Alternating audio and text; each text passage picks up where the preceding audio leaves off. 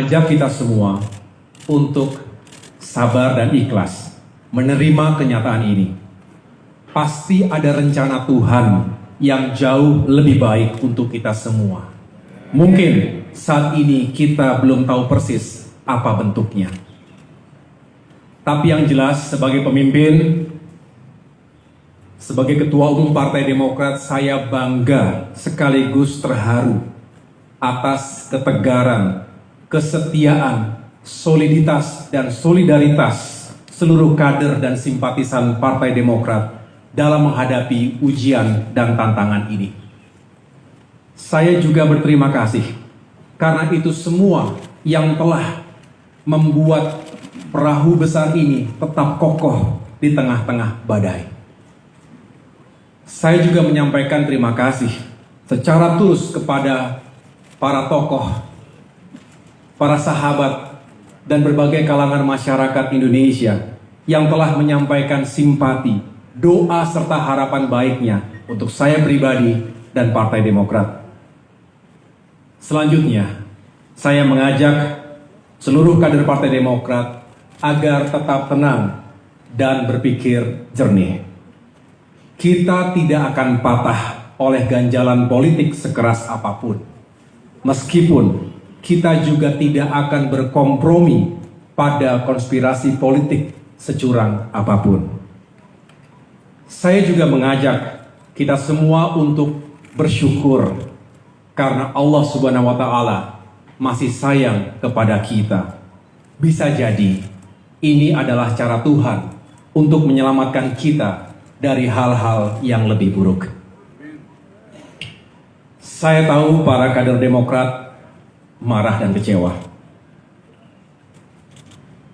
Marah dan kecewa bukan karena ketumnya tidak menjadi cawapres, tapi karena perjuangan Demokrat telah dilukai oleh mereka yang tidak jujur, serta telah melanggar komitmen dan kesepakatan.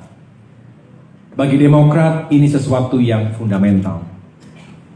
Kita merasakan dalam hiruk-pikuk politik menuju pemilu 2024, seolah etika, integritas pribadi, dan komitmen politik menjadi tidak lagi penting dan relevan dalam mencapai tujuan. Ini yang justru menebalkan keyakinan politik saya bahwa perubahan benar-benar diperlukan. Karena demokrasi yang sejati hanya bisa rawat dan tetap eksis jika hal-hal mendasar tadi tetap dipertahankan.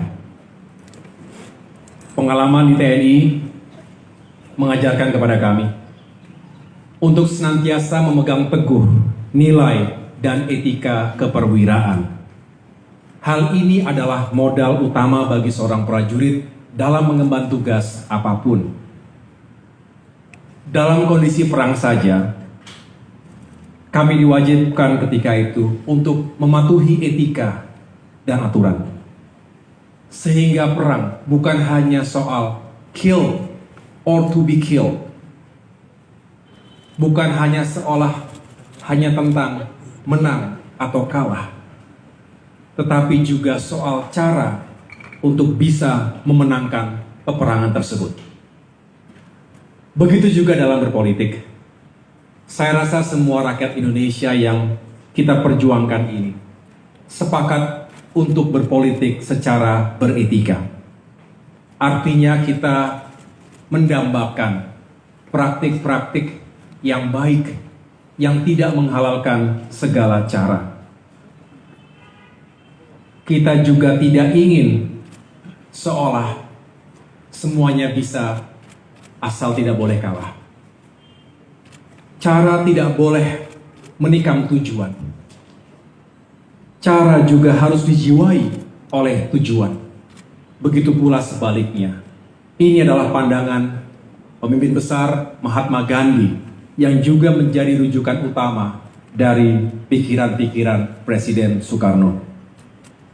Sejak awal, kami memiliki harapan besar terhadap hadirnya sebuah perubahan dan perbaikan. Bukan perubahan biasa, tetapi perubahan besar dan fundamental yang berlandaskan pada nilai-nilai dan etika. Ini tentu membutuhkan kerja keras, kerjasama, dan komitmen dari semua yang ingin melakukan perubahan tersebut. Namun kenyataannya, hal itu tidak mudah untuk diwujudkan. Komitmen menjadi barang yang langka. Kata maaf dijadikan obat yang murah untuk pengingkaran atas sebuah komitmen. Ini tentu berbahaya. Jika dibiarkan, bisa menjadi budaya, menjadi sebuah pembenaran, dan lambat laun bisa membentuk karakter bangsa yang tidak bertanggung jawab. Tentu, sekali lagi, kami tidak akan membiarkan itu terjadi. Untuk itu, kami tidak akan menyerah untuk terus memperjuangkan nilai dan etika dalam kehidupan politik dan demokrasi kita. Saudara-saudara, partai politik adalah sebuah institusi, bukan pribadi. Sehingga ada tata kelola dan mekanismenya. Apalagi pengambilan keputusan yang menyangkut hajat hidup orang banyak. Memilih pemimpin, utamanya calon presiden dan calon wakil presiden yang kelak akan bertanggung jawab atas lebih dari 270 juta jiwa. Tidak bisa hanya diputuskan begitu saja dalam hitungan menit oleh segelintir orang. Sesuai dengan konstitusi Partai Demokrat, tentu harus dimusyawarahkan terlebih dahulu dan dibicarakan dalam wadah majelis tinggi partai.